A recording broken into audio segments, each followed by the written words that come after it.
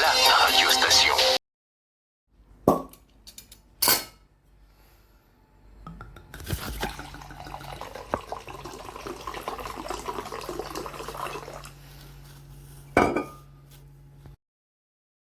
See, swirl, sniff, sip, and savour.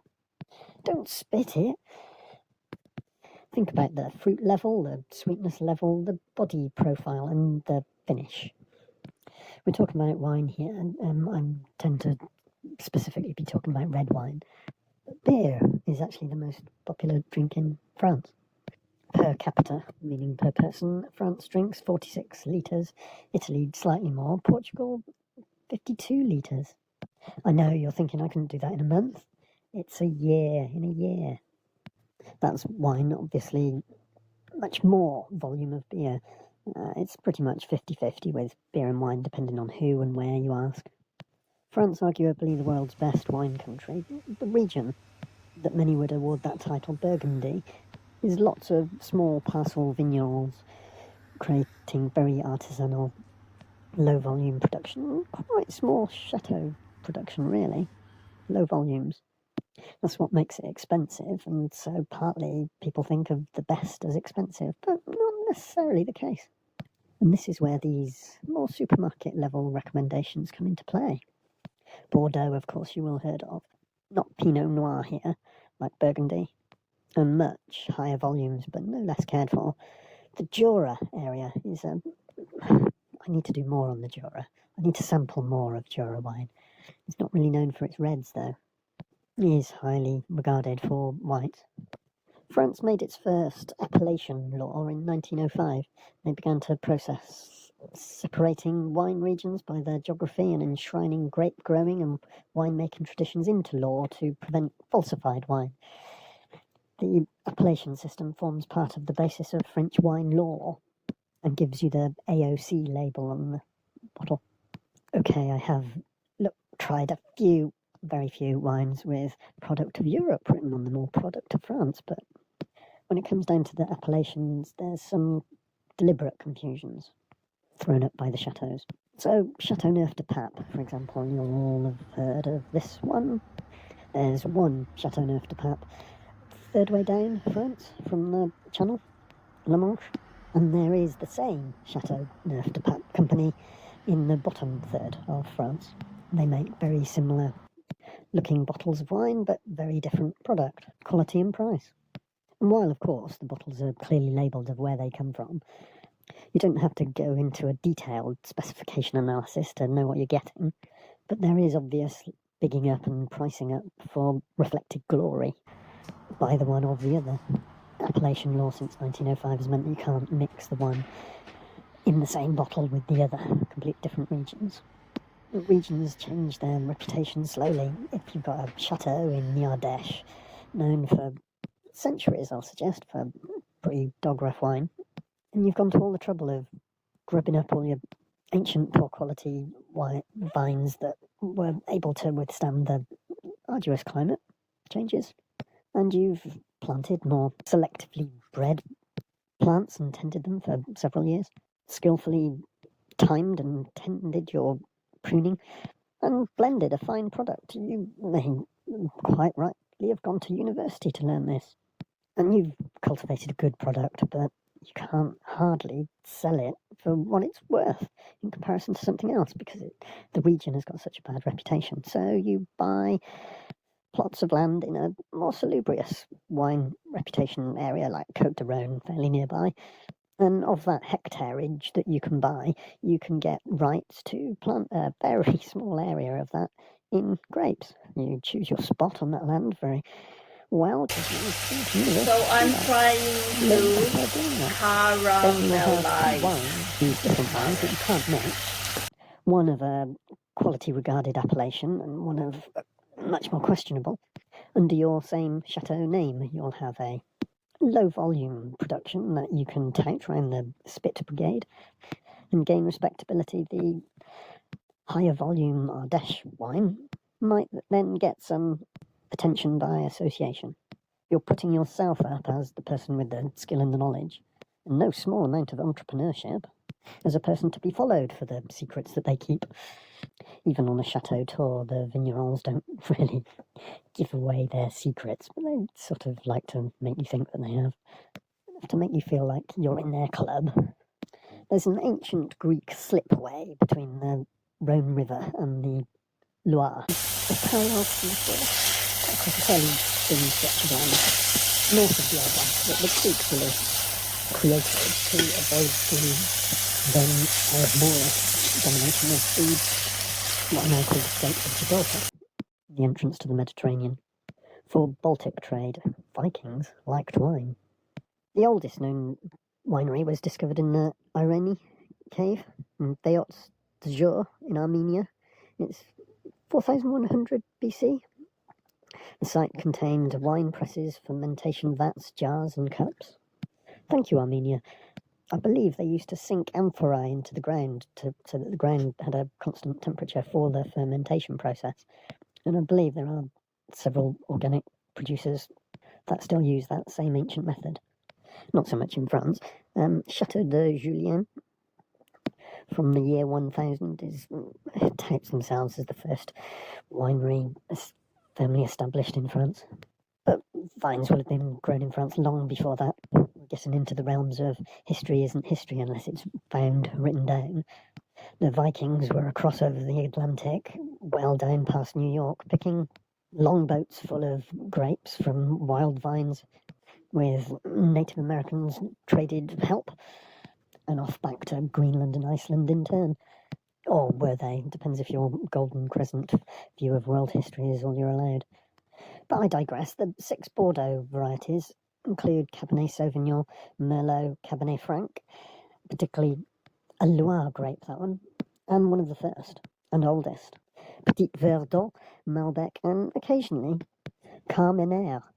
These are often unusually blended to give the unique characteristics of one vigneron's ownership of specific climate, unique soil type, geographical features, and the amount of stone and rock in the soil, amount of drainage, what create unique characteristics of wines, even with those particular grape variety, even within those varietal types. Beaujolais is filled with granite hills up north, while Chablis has chalky sloping terrain and Medoc is predominantly gravel.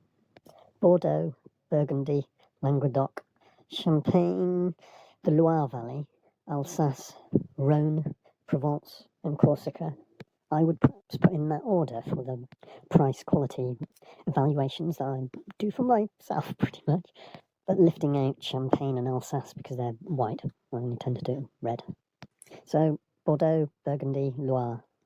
You could almost describe Loire wine as British wine, but that might be stretching it and offending a few people. And the same for Bordeaux. 100 years worth of war and all that. Medieval times. Savoie wines, I've missed out, haven't I?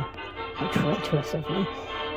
It's my local region, but they are getting quite expensive now. And, well, while I love to have a surprise, an interest is good over than just, oh, that's lovely. I've also been disappointed a few times, and they don't tend to keep so long.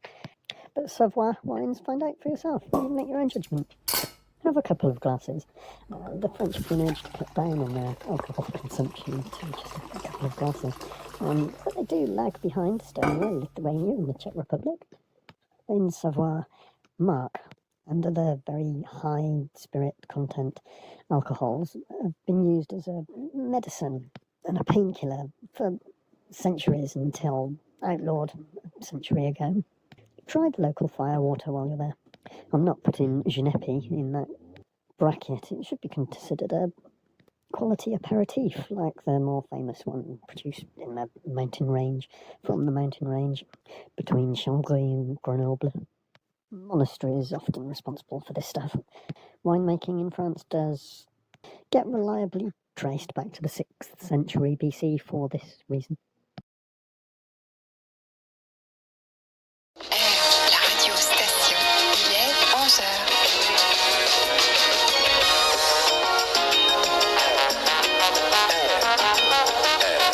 La radio station. L'info en 2 minutes. Bonjour à tous, journée de mobilisation. remember a time when most men would be hammering at my bedroom door. What's that? Yeah.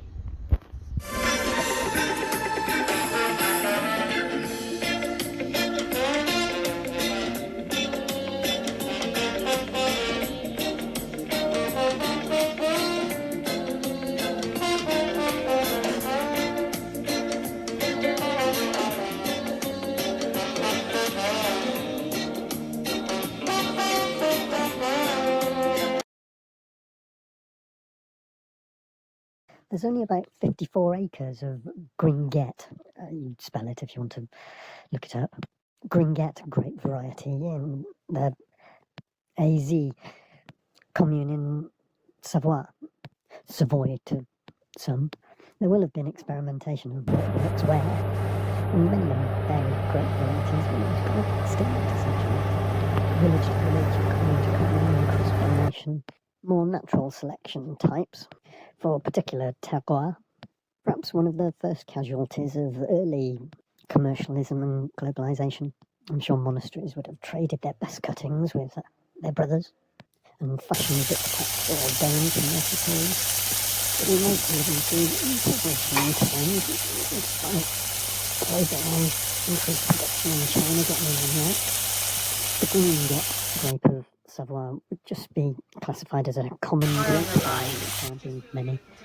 Mondeuse is perhaps the most typical and well-known of Savoy red grape varieties. And while it might sound like a comedy club from the 2000s, Jonglieu is a grape variety.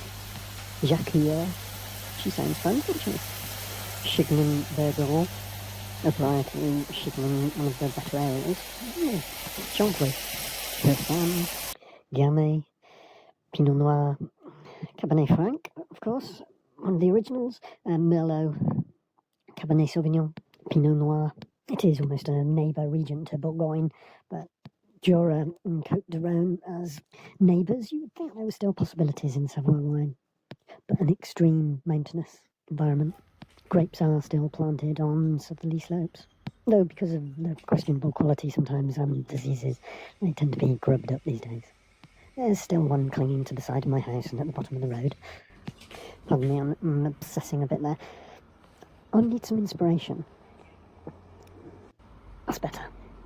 Mountains being their tenuous link to Tannat, red wine grape variety, historically grown at the foothills of the Pyrenean Mountains in the southwest of France in the Madeleine since the 17th and 18th century. Also grown in Uruguay, Argentina, Australia, Brazil, Peru, and Italy's Puglia region.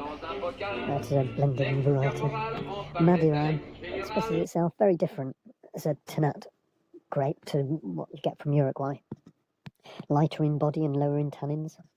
It's also used to make Armagnac and full-bodied rosé wine in France. Efforts to solve the harsh tannin nature of the grape variety led to research and development of the winemaking technique known as micro-oxygenation, which I'm a big fan of, by the Madeiran winemaker Patrick Ducournau, so often blended with Cabernet Sauvignon and Cabernet Franc to soften the astringency of being grown in cool conditions and to give them more balance and to impart a firm tannin structure with smoky oak and plum aromas, dried spice finish and the ability to age well.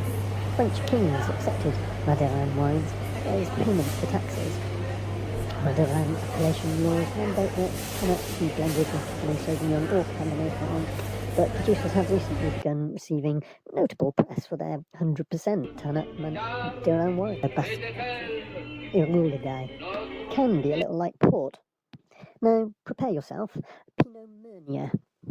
Pinot Meunier is a red grape variety most noted for being one of the three main varietals used in the making of champagne, the other two being Pinot Noir and the white grape, Chardonnay. Until recently, champagne makers did not acknowledge that Pinot Meunier, preferring to emphasise the use of other, more noble varietals. Not noble as in noble rot, just more noble. The variety covers about 30% of the Champagne vineyard area, particularly planted in the cooler north-facing valleys. The name Meunier, French, Miller, German, or Miller, is taken from the downy, flowery aspect of the underside of the vine's leaves.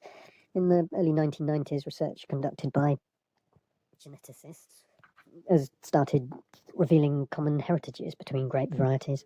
DNA shows us that Pinot prototype and Gouais Blanc are the parents of Pinot Meunier, and about 15 other Gallic varietals. Pinot Meunier's overriding advantage is its resistance to frost, and the failure of flowers to develop into berries, couleur.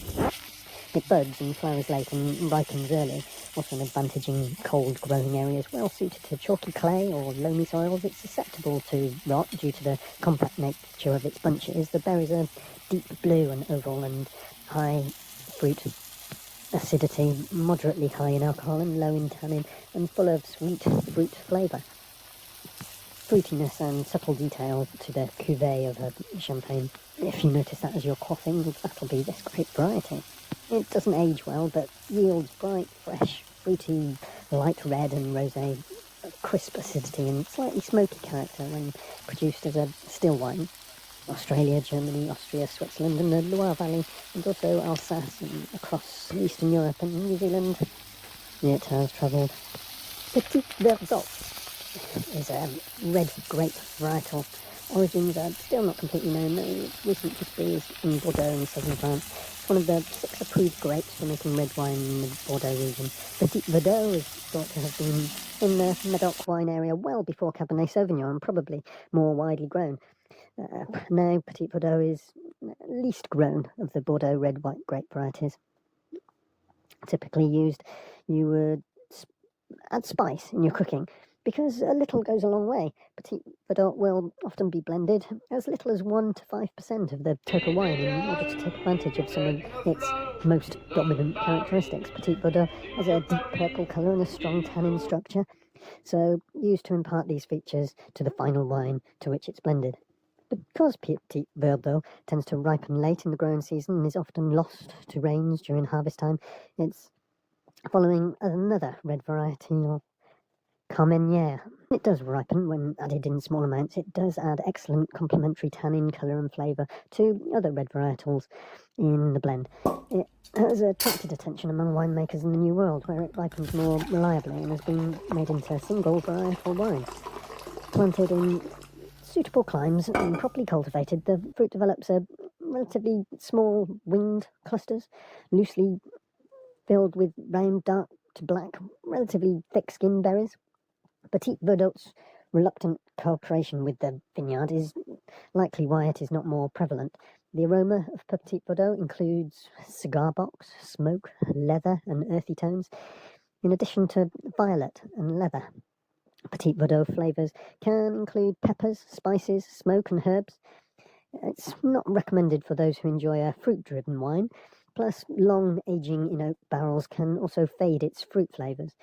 Petit Verdot is also grown in Italy, Spain, California, Australia, Chile, Argentina with good success, and can also be found in selected sites on New Zealand.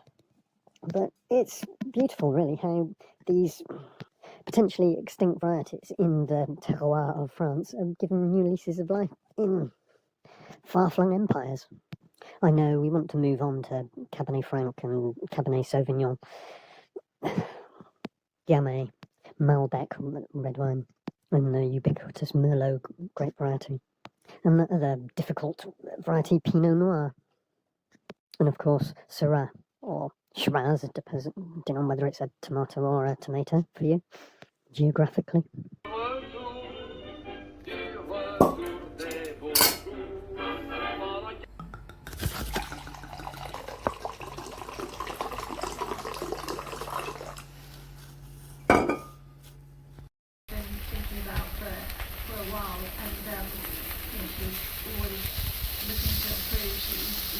Out there in terms of video analysis of her actions and looking at every minor little detail of what she can change, and she's always thinking, could I get to the netball, could I have done that better, could I maybe give myself some extra time to try and La radio station. Très fort, très pur. Air. Les rendez-vous stations. La La saison estivale arrive à grands pas et la vallée de Méribel vous accueille du 2 juillet au 28 août. Les grands espaces s'offrent à vous pour la contemplation, le farniente et de nombreuses activités en pleine.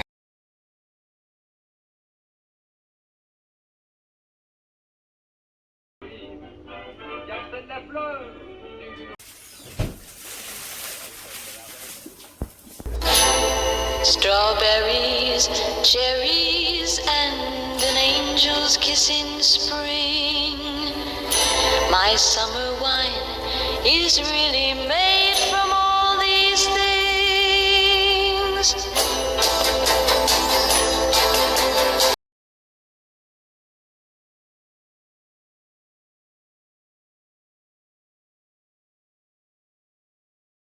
In our vague, rambling journey from obscure to mass grape varieties, Pinot Noir is often also described as a difficult grape variety to grow and then to work with in the winery and to find truly great examples. But fans are passionate about this variety, expressed in the dialogue in the film Sideways, 2004. The reputation that gets Pinot Noir so much attention, however, is owed to the Burgundy region. For most of wine history, the 3.5 kilometre wide, 50 kilometre long stretch of hills called the Côte d'Or, Slope of Gold, is the only region to achieve consistent success from the Pinot Noir grapevine. The quality of Burgundy is due to a number of factors. Its vineyards slopes gently down towards the east, providing the vines with a moderate long sun exposure, yet avoiding the afternoon heat. Their marbled, heavy soils sit on the gravelly, sandy loam along being calcareous, am I remembering that right from school? And in parts very stony, providing ideal drainage. Pinot Noir seems to reflect the more pronounced goût de terroir, or flavour of the soil, but other grape varieties don't, making vineyard and site selection critical. There are some 200 recognised genetic variants of Pinot Noir in the Burgundy region that sometimes get called clones. There is estimated as many as 800 clones of Pinot Noir worldwide. Nearly every affliction known to affect grapevines is common among Pinot Noir vineyards. There is one component in which Pinot Noir is naturally quite rich, 3 to 4 times higher than other grape varieties, and that is resveratrol. While this may not affect the wine's enjoyment, it may draw the attention of a few health-conscious consumers. Grape Pinot Noir creates a lasting impression. Its aroma is often one of the most complex of all varietals and can be intense with a dark cherry aroma, frequently accented by a pronounced nuance of cinnamon and other dried herbs. Ripe vine tomatoes, mushrooms and forest floor are also common descriptors of the ripe Pinot Noir. Medium, full-bodied and engaging, but not heavy, can have a good level of alcohol, but neither high in raw acidity or tannin. With substantial layers of flavour despite its delicate nature. The most appealing character of the quality of Pinot Noir may be its soft, velvety texture. When physiologically ripe and crafted correctly, Pinot Noir is like liquid silk. I'm going to jump straight to Syrah, actually, seeing as it's such a big part of my Rhone favourite Hermitage. Aspect, location, climate, soil. The terroir is where you get the name change. Southeast Rhone, Syrah, New World, Shiraz. I know it's ridiculous, but when I see Shiraz, I just think of Ford Cortinas with Sharon and Tracy or Gary or whatever eyeing them from the 1970s and 80s on the sun visor of a car. But it's taken on a new character there. Syrah, once thought to have originated in Persia, plus many other romantic stories and journeys over the centuries, but recent DNA search testing indicates the grape as a native of the Rhone Valley in France. 1999 they found Syrah to be the offspring of 2 obscure grapes from southeastern France, Dureza and Mondeuse. A red grape, but Mondeuse Blanche here. Syrah is best known for its usage in Hermitage in the northern Rhone. Rose Hermitage, and I might have drunk a bit more of from Hermitage. Pricey! In France there's the emphasis of earth and subtle spice and slightly more delicate notes due to the cooler and longer growing season, and also same in selected regions of New Zealand, but Syrah. If an Australian winemaker produces a Shiraz, we expect a full-bodied, rich, intensely ripe, fruit-driven style of wine with high alcohol of 15% plus. The Australian, develop your palate and go with the French. Merlot, I often associate with southern Languedoc, Roussillon, Pays d'Oc, but Merlot is a red grape variety with its origins in Bordeaux. DNA testing. We believe Merlot is an offspring of Cabernet Franc, which dominated the Loire. So you would crossbreed in a new area. Cabernet Sauvignon is a sibling, and Carmenere. It is low in tannins and makes red wines that mature faster and are generally softer in texture. Merlot is often blended with Cabernet Sauvignon in order to soften the Cabernet Sauvignon. At its best, Merlot makes a wine that is dry, strenuous in flavour and smooth as it finishes on your palate. Sorry, I'm inspired, but I've got a little bit in my mouth. Working on my taste buds. Merlot is able to ripen in regions that are cooler than those required, say, for Cabernet Sauvignon, though Merlot is more susceptible to fungus and mould diseases and therefore can be a bit harder to grow. Merlot varies widely in quality around the world, depending on the location and the winemaker's style. The red variety was fertilised at success in the Saint-Emilion and Pomerol, very prestigious areas of Bordeaux. Chateau Petrus is the stellar example of the fine Merlot. Along with Cabernet Sauvignon, Cabernet Franc, Malbec and Petit Verdot, Merlot is one of the 5 grapes in Bordeaux wines. It is the most widely planted variety. Merlot is also one of the most popular red wine varieties in many countries. This flexibility has helped it to one of the world's most planted grape varieties. Merlot usually has ripe berry components in its bouquet. Its wines tend to be soft, fruity and smooth in texture. Select premium quality Merlot wines can have long aging potential, but most are ready to be enjoyed within 2 or 8 years. Merlot is enjoying a surge in popularity, and new areas are being planted in many major wine producing areas. Merlot should be served at 15 to 17 degrees Celsius, as when wine reaches 20 to 23, the average room temperature, and even warmer in summer, it is likely to cause an unpleasant sharpness to the taste, like it's over-breathed. Cooling the bottle for approximately 10 to 15 minutes, but not much longer, in a fridge can be a good way to reach the desired serving temperature in summer and warmer climates, 15 to 17 Celsius centigrade. Don't help me with the Fahrenheit, sorry, that's the measurement. Come on, America, join us. Well, accept science. The grape variety Malbec. Malbec was once a major component of the great wines of Bordeaux, where it was known as Cote or Cote Noire, but recently has been relegated to a minor role. It's been steadily replaced by Merlot and other 2 Cabernet varieties in most areas of Bordeaux. In the Médoc, Malbec is typically used to add colour and tannin to the combined red wine blend. Médoc, less prestigious, I would say. It's been said if Petit Verdot was easier to grow, Malbec might have even less area under the vine than it does today, less of it grown. Malbec does play the key role in a small appellation of Cahors, southwest France, where it's known as Auxerrois. In Cahors, not the best reputation. Rather overburnt somehow, I tend to think the flavours. The wines are dark in colour and with an earthy tobacco aroma, rustic, full and engaging on the palate with good length. And you all want good length, don't you? But no, Argentina is really the home of Malbec. Mendoza, in the shadow of the Andes Mountains. It's a vacation from the more moderate climate of the Médoc or in Bordeaux. The hot summer temperatures and the grape is left hanging long into the growing season to ripen and soften its firm tannins. Malbec is a medium-skinned grape in warm climates, thick-skinned at high altitudes, and needs more sun and heat than either Cabernet Sauvignon or Merlot to mature. It ripens mid to late in the season and can bring very deep colour, confident tannins, and a characteristic plum-like flavour component that adds complexity to red blends. Argentine Malbecs are deep, inky reds with juicy dark fruit and soft tannins, making them very approachable. Early drinking styles Malbecs are, you don't have to age them, are in Chile, Australia, South Africa and New Zealand. The climate producing some interesting stuff. And still one of the famous 5 in Bordeaux. Gamay, great variety. I've always wondered if this is a main grape in port or something, because you used to say, when people used to have gout and whatever, oh, he's got a gammy leg. Well, perhaps I'm being childish, but that's not unheard of. Gamay is used to make vibrant red wines predominantly grown in the Beaujolais region of France. Its full name is Gamay Noir à Jus Blanc, and has been known and recorded as a distinct variety for over 600 years.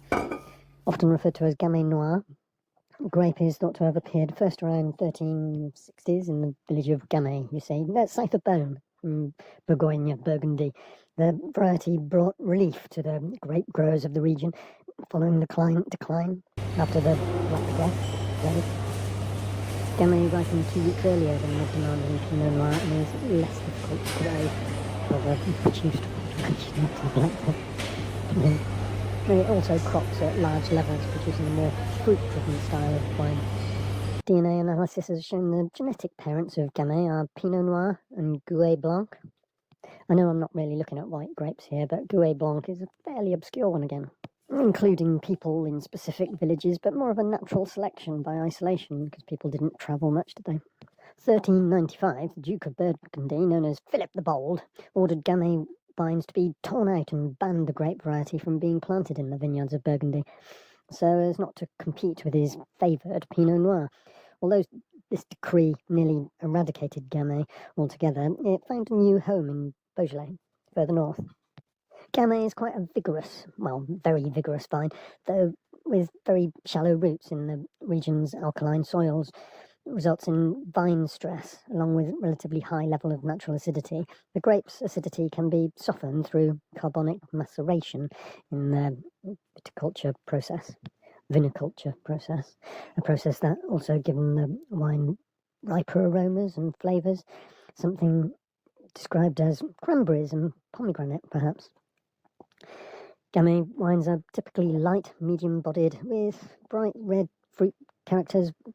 Wines crafted with more fruit are ideal to be enjoyed with little age, where soon after bottled wines that have early flavours of sharp cherries, red peppers, dried fruits and red currants benefit from aging. Gamay is well suited to the terroir of Beaujolais, plus it can be found grown quite successfully in the Loire Valley around Tours, where it is regularly blended with Cabernet Franc and Côte, the local name for Malbec. The Loire Valley wines have described as similarities to Cru Beaujolais, with red berries and signature fresh peppery notes. Gamay is also the grape used for Beaujolais Nouveau, produced exclusively from selected vineyards in southern Beaujolais, where the grape's natural lively personality is ideal for unique winemaking process of carbonic maceration. Used to be a thing in the 1980s where city traders would drive from London in their Porsche 911 and try and race to Beaujolais and then back to their wine bar, which wouldn't have been in Canary Wharf then, when the Beaujolais Nouveau was released. Only be the first batch from Northern France was first release of the season. But this is a red grape used for white wine here, so no, not very interested in that way. Cabernet Sauvignon is the premier red wine grape variety in the world. Nicknamed the king of red wine grapes, Cabernet Sauvignon is the dominant grape of Bordeaux wine region of France and has spread to every other major growing region of Italy, Canada, South America, South Africa, Australia, New Zealand, and just everywhere really. Cab Sauv produces distinct red wines that are high in tannins and can have a long aging potential. It's usually blended with other red varieties including Merlot, Cabernet Franc, Petit Verdot, and Malbec, the famous five, to make wines with increased complexity and character. Cabernet Sauvignon is a small, dark, thick-skinned grape variety that gives average crop yields and is late ripening variety. It needs slightly warmer growing seasons for a good vintage and warmer growing conditions than other red varieties in order to achieve physiological ripeness. Despite its prominence in the wine industry, the grape is relatively new variety, the product of a chance crossing between Cabernet Franc and Cabernet Blanc, as you do, during the 17th century in Bordeaux, the 1600s in southwest France. A fruitful pairing, you might say, in them days. Cabernet Sauvignon taste characteristics can include dark cherries, cheddar, tobacco, blackcurrants, and cool climate conditions can give you green peppers or olive aromas on the nose. Really quite different, isn't it? Lengthy aging in small oak barrels before bottling is common for Cabernet Sauvignon in order to achieve more palate depth, structure, and complexity. Ease of cultivation is sort of why it's so popular. The grapes have thick skins, which contributes to the grape's notoriously high tannin levels, which soften and mellow with aging. The wines are also hardy and resistant to rot and frost, and to its consistent presentation of structure, mouthfeel, and full flavours, which express the typical character of the variety. Typicity, we call it. Us aficionados. Typicity. More of a fan of variation, I think.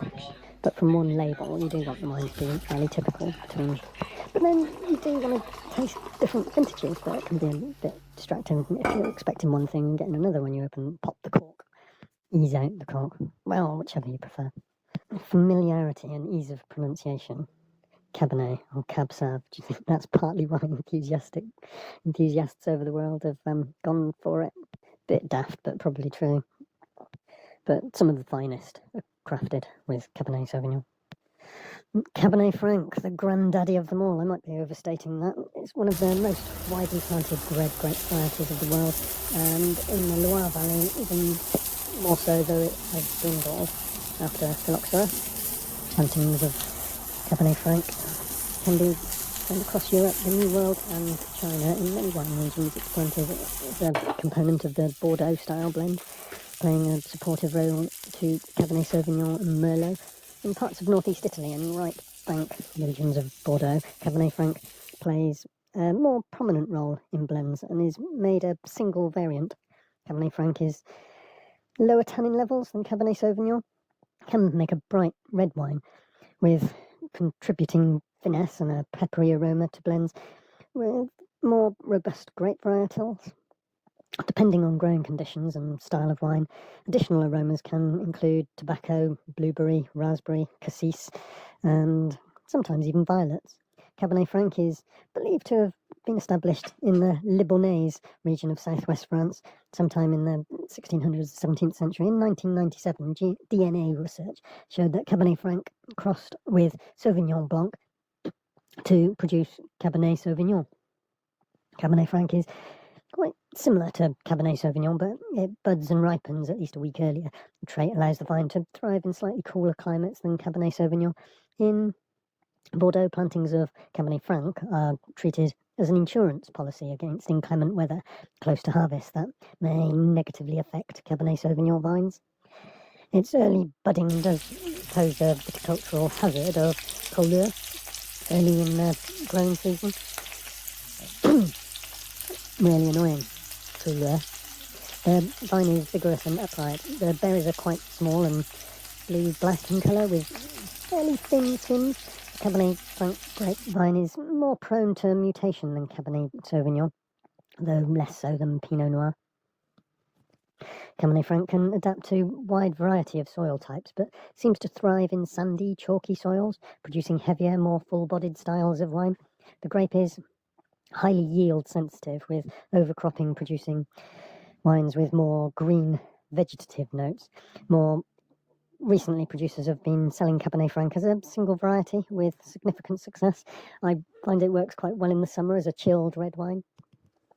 Probably best where they've overproduced a little bit. But I'm at my second glass of Loire Cabernet Franc, and I'm going to leave you, I'm sorry. Till next time. Cheers.